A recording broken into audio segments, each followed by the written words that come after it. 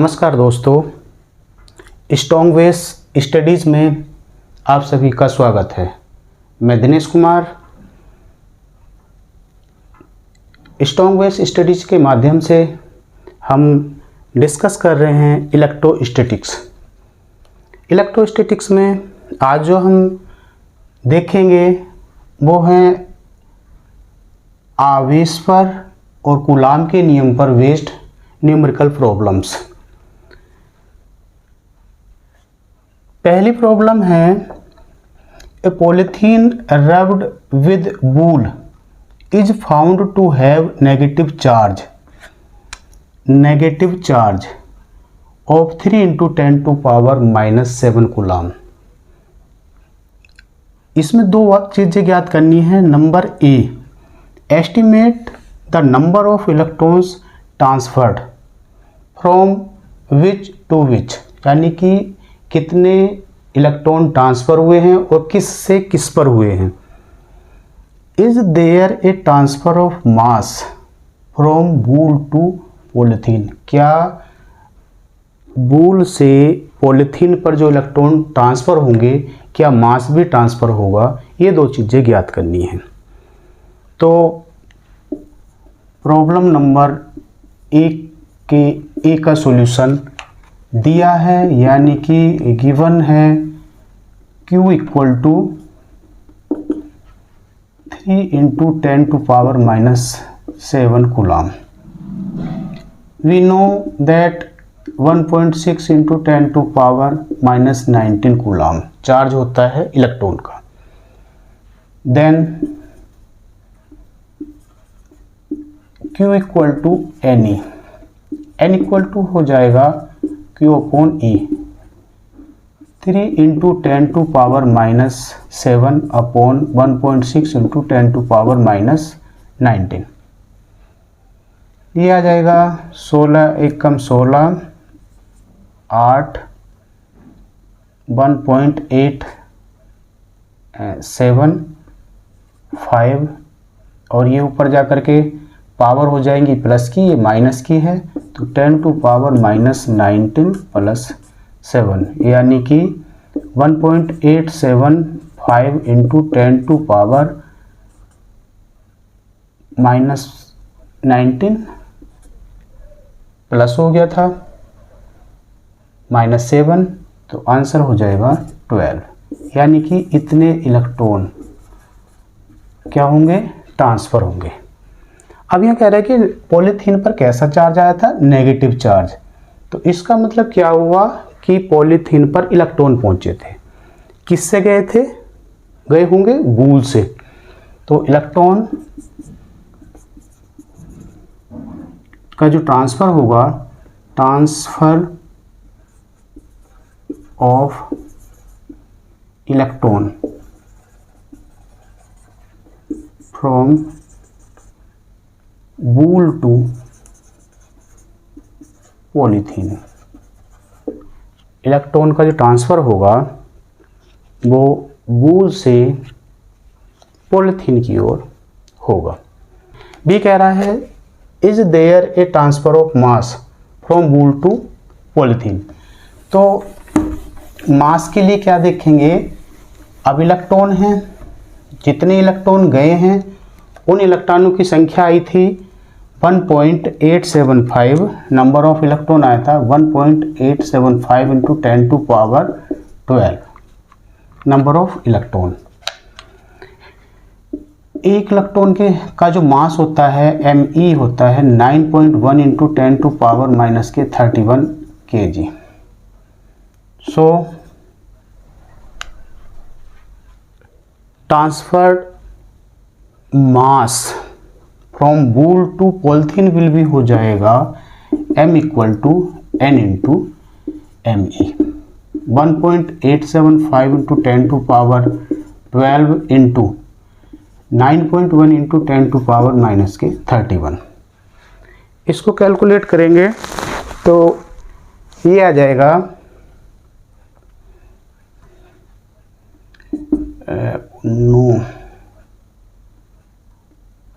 1.7 into 10 to power 12 18 minus 18 kg answer.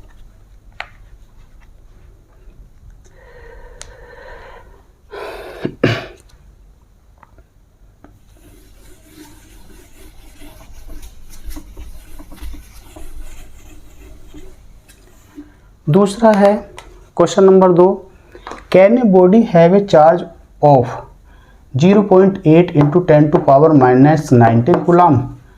क्या कोई body इतना आवेश रख सकती है? तो क्वेश्चन नंबर 2 का आंसर होगा, चार्ज दिया है Q equal to 0.8 into 10 to power minus 19। Check करते हैं नंबर ऑफ इलेक्ट्रॉन्स कितने आते हैं। E जानते हैं 1.6 इंटू 10 टू पावर माइनस के 19 coulomb. Q equal to Ne से N इक्वल टू हो जाएगा Q upon E। N equal to हो जाएगा Q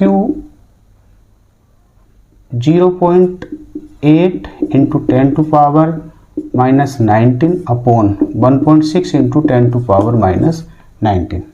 इससे ये कट गया, इससे ये 16 पंजे 80, यानी N इक्वल टू आया 0.5। क्या आधा इलेक्ट्रॉन या 0.5 इलेक्ट्रॉन एक बॉडी से दूसरी बॉडी पर जा सकता है? क्वेश्चन है नो, क्योंकि ये इंटीजर मल्टीपल नहीं है, तो इसलिए कैन ए बॉडी हैव ये चार्ज नहीं रखेगी। किसका? जिस पर आवेश 0.8 into 10 to power minus 19 coulomb है। तीसरा क्वेश्चन कह रहा है, a person claims that he can hold 2 charged objects each weighing 10 kg and each carrying a positive charge of 1 coulomb at a distance of 1 meter from each other. Do you agree with his claim? यानी कोई person है वो claim कर रहा है कि उसके दोनों हाथ में 10-10 किलो के 2 चार्ज्ड बॉडी है, जिस पर कि 1 कूलम आवेश है और वो एक दूसरे से 1 मीटर की दूरी पर उनको पकड़े हुए हैं। तो क्या ये क्लेम उसका सही है? ये चेक करने के लिए क्या करेंगे, देख लेंगे कि उस पर जो, चूंकि दोनों पॉजिटिव चार्ज हैं तो उनके बीच में एक बल लगेगा इलेक्ट्रोस्टैटिक फोर्स, और वो कैसा होगा? रिपल्सिव। देखते हैं कि वो उस बल को क्लेम करने वाला पर्सन सहन कर पाता है या नहीं। इसमें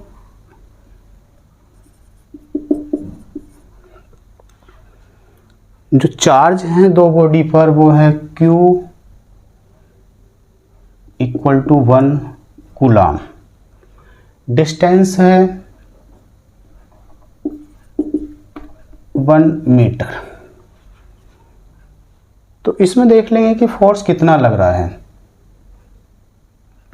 हम जानते हैं कूलम के नियम से 1/4 pi epsilon 0 Q upon R square, 9 into 10 to power 9 into 1 into 1 upon 1 square, यानी ये आया 9 इंटू 10 टू पावर 9 न्यूटन। क्या वो person 9 into 10 to power 9 newton बल को सहन कर पाएगा या रोक पाएगा?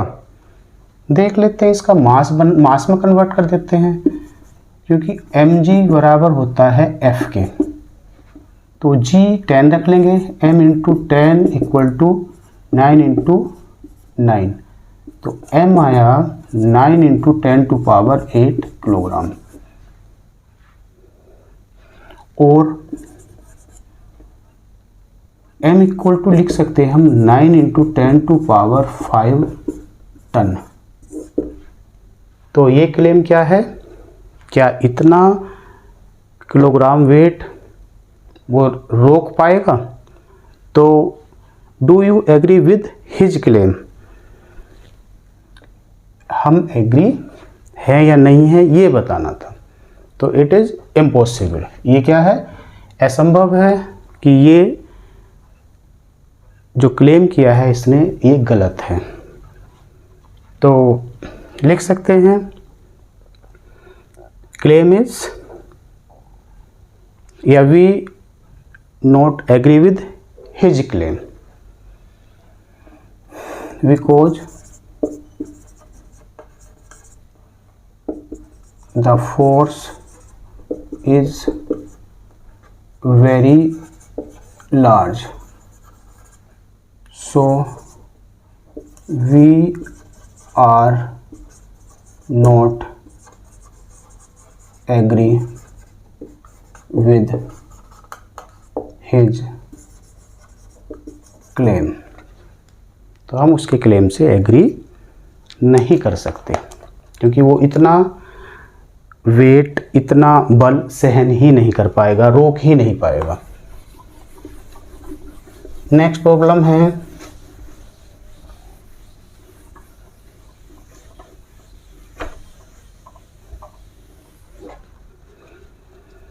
What is the total charge on 25 kg of electrons. वे मास दे रखा है, m इक्वल टू दिया है 25 kg। एक इलेक्ट्रॉन पर जो मास होता है वो m इक्वल टू होता है 9.1 into 10 to power minus 31 kg। Number of electrons are n equal to m upon M E, ये आ जाएगा 25 अपॉन 9.1 इंटू 10 टू पावर -31। तो नंबर ऑफ इलेक्ट्रॉन आया है 25 upon 9.1 into 10 to power -31। Now charge Q equal to n e, Q equal to n की value है 2.25 upon 9.1 into 10 to power -31 into e की value है 1.6 इंटू -19। कैलकुलेट करेंगे, जो भी आपका आंसर आएगा वो आ जाएगा इतने कूलम्ब। इसको कैलकुलेट करेंगे।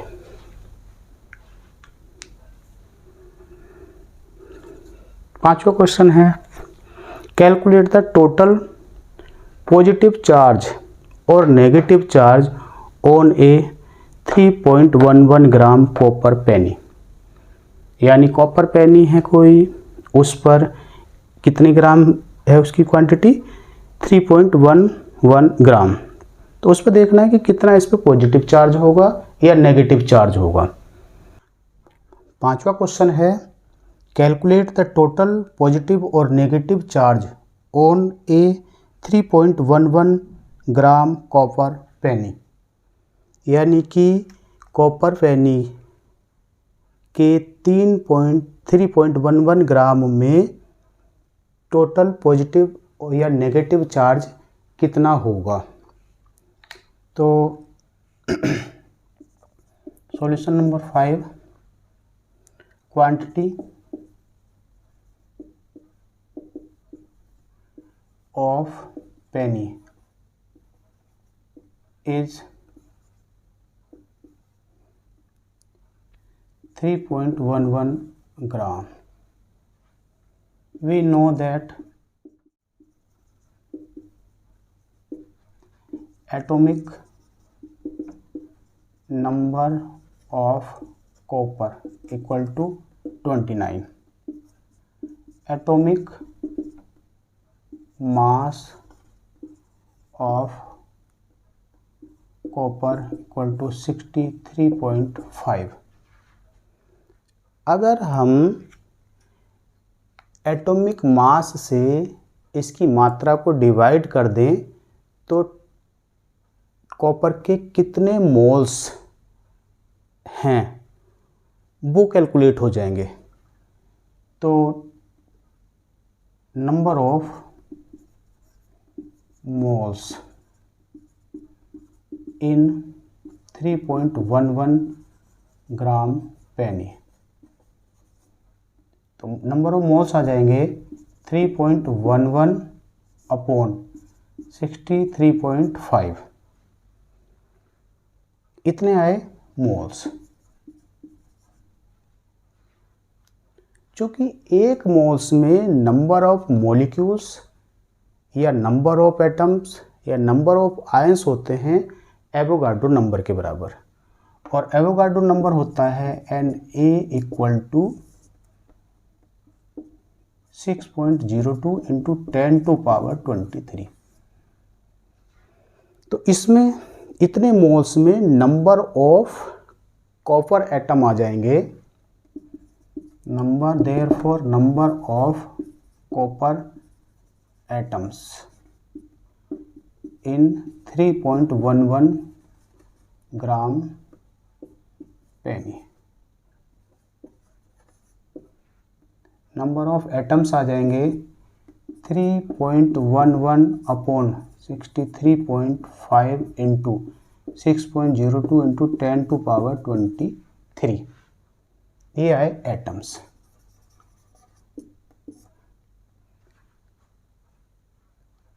चूँकि कॉपर का जो एटॉमिक नंबर है 29 है, एटॉमिक नंबर ऑफ प्रोटॉन्स के बराबर होता है और number of protons number of electrons के बराबर होते हैं।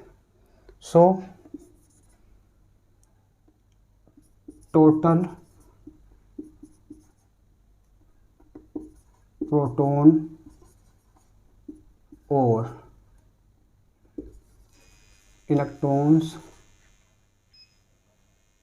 इन 3.11 gram penny are n equal to हो जाएगा 3.11 अपॉन 63.5 इंटू 6.02 10⁻23 इंटू 29, ये हो गए टोटल इलेक्ट्रॉन्स या प्रोटॉन्स।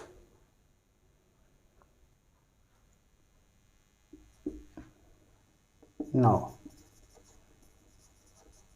चार्ज ऑन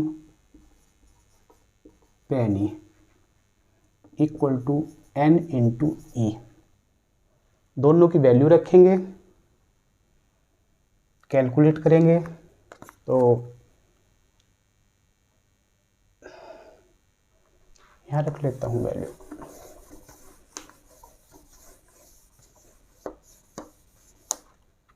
ये हो जाएगा Q इक्वल टू n की वैल्यू आई थी 3.11 upon 63.5 into 6.02 10⁻23 into 29 into 1.6 into 10⁻⁻19,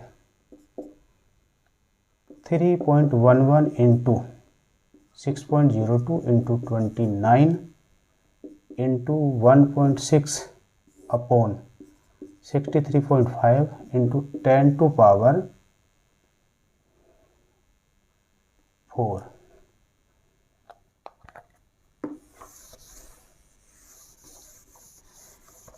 इसको सिंप्लीफाई करेंगे, कैलकुलेट करेंगे, और कैलकुलेशन के बाद इसका आंसर आ जाएगा 1.37 इंटू 10⁵ कूलाम आंसर।